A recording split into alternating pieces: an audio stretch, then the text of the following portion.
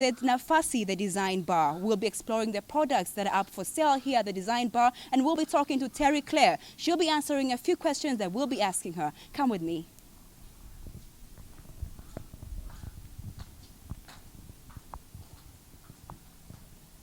Here she is. Hi. Hi, Terry. Hello. Come on in. Thank you. Thank you for having us. All right, Miss Terry Claire, thank you so much for having this interview with TV47. Now, can you briefly tell us what was the inspiration behind the creation of Nafasi, the design bar? Yes, so I actually started Nafasi Interiors as an interior designer back when I lived in DC in America in 2013, a long time ago. Okay. And so I've always been a designer and wanted to, when we moved to Rwanda, wanted to carry that over. Right. The design bar is a branch inside of Nafasi where I was able to create a physical store, a location where people could come and check out my designs, see them in person instead of like visiting locations. It's fun to have a place here where every season you can come and see a different design and then also be able to shop from it. So this is a little boutique shop. There's tons of unique pieces that you won't find in other places here. And so if you just want a little freshen in your home, you can pick up a vase, pick up a candle, something that really stands out. So was it challenging for you moving from DC to Rwanda and starting a whole new business and trying to look for market for your products? Yes and no. It was, so when I first moved here, I was not living in Kigali yet. When I moved to Kigali, so the first year I was living more rural. The second year, once I moved to the city, it became much simpler to get clients and to have more of a following. But luckily, right when I moved to, I was living in Rwanda, I started a blog where we were renovating our house there. And so people were following my blog for the first year and kind of getting familiar with me and understanding like what I do and how it's possible to have really cool design here. So by the time I moved to Kigali my second year, I've been here for 3 years, by the time I moved to Kigali, people were more familiar with me and I think they reached out more because they were aware of me. Okay, so you mentioned it's a bit hard for Rwandans to find the pieces that you're selling here elsewhere. What makes your products significant from all the home decor products and all the design products that we have out here in Rwanda? Yeah, we have kind of 3 different categories of things here, which makes them all stand out. One being things that like I physically draw up out of my mind or inspiration from the internet. Okay. And so we create them so they don't exist yet. So that those are brand new designs like this bed and this mirror, like things that I've actually drawn up. The second category is finding pieces from local groups or local artisans that maybe don't have a huge public place to display them or to sell them. So I go and I find maybe like the 2 or 3 best things and like really highlight those. So instead of also like at a market, you might see thousands and thousands of things and they all kind of blur together and you're just like, baskets are pretty.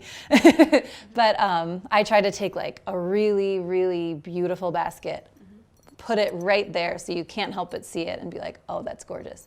So I just create a market for people. And then the third thing is pieces that I don't know their origin. They might be imported, but I still source them in town or in small shops that sell them. And then I just curate them here. Okay, so can we explore a little bit on what is going on behind us here? Yeah. Can you tell us, just brief us a little bit on what's going on here, the products that you have here? And yeah, so we just, you might have seen, started installing this room.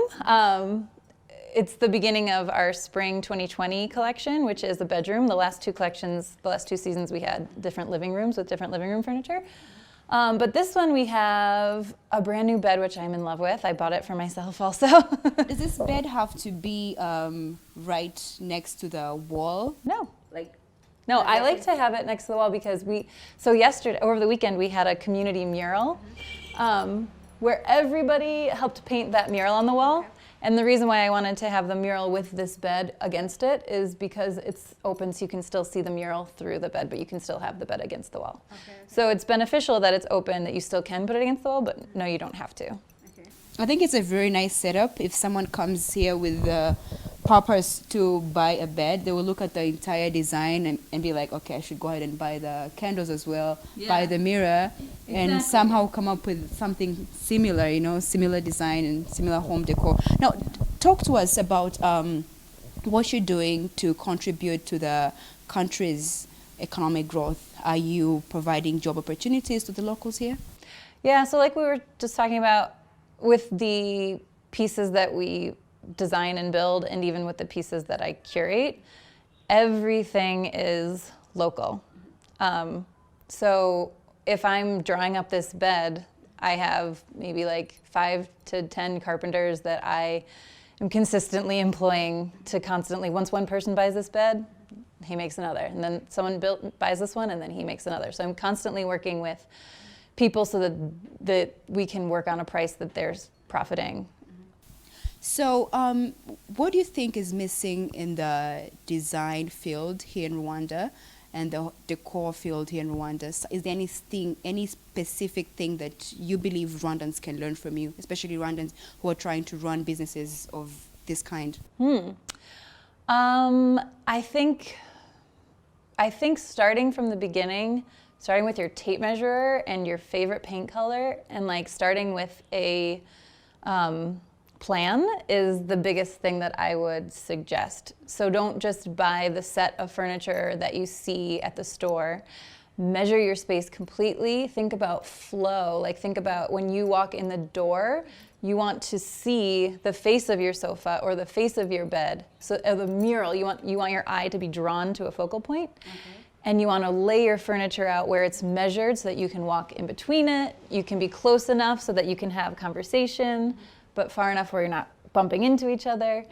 It's all about drawing a little map, measuring everything out, and making sure you have flow. All right, thank you so much, Terry, for having this interview with us. Hey, you're welcome. All right, so that was it from Terry, the founder of Nafasi, the design bar, and she shared a whole lot of information on how to run a design business, home decor business, and I hope we can all learn from the few tips that she shared with us. All right, thank you for joining us. Back to you, TV47.